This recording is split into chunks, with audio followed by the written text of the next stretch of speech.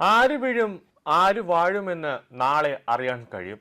ചങ്കിടിപ്പോടെയാണ് ഓരോ നേതാക്കളും ഓരോ പാർട്ടിയും ഇന്നത്തെ ദിവസം തള്ളി നീക്കുന്നത്.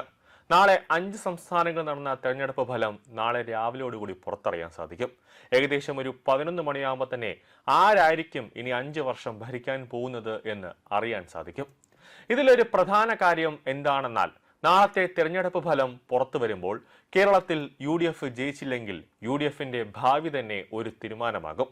പരാജയപ്പെട്ടാൽ ഒരു സംസ്ഥാനത്തും ഭരണമില്ലാത്ത അവസ്ഥയിൽ അങ്ങനത്തെ ഒരു പാർട്ടിയായി CPM മാറും. കേരളത്തിൽ BJP ശക്തമായി തന്നെ വേരുറപ്പിക്കുമെന്നാണ് മിക്ക എക്സിറ്റ് പോൾ ഫലങ്ങളും പറയുന്നത്. 25 ദിവസത്തെ കാത്തിരിപ്പിനൊടുവിൽ കേരളം ആര് ഭരിക്കുമെന്ന് നാളെ അറിയാൻ സാധിക്കും. തിരിച്ചു വരുമെന്ന ആത്മവിശ്വാസത്തിൽ UDFും ഭരണ തുടർച്ച എന്ന പ്രതീക്ഷ വിടാതെ LDFും സംസ്ഥാനത്ത് വേരുറപ്പിച്ചു തുടങ്ങാമെന്ന ആത്മവിശ്വാസത്തിൽ BJPയും.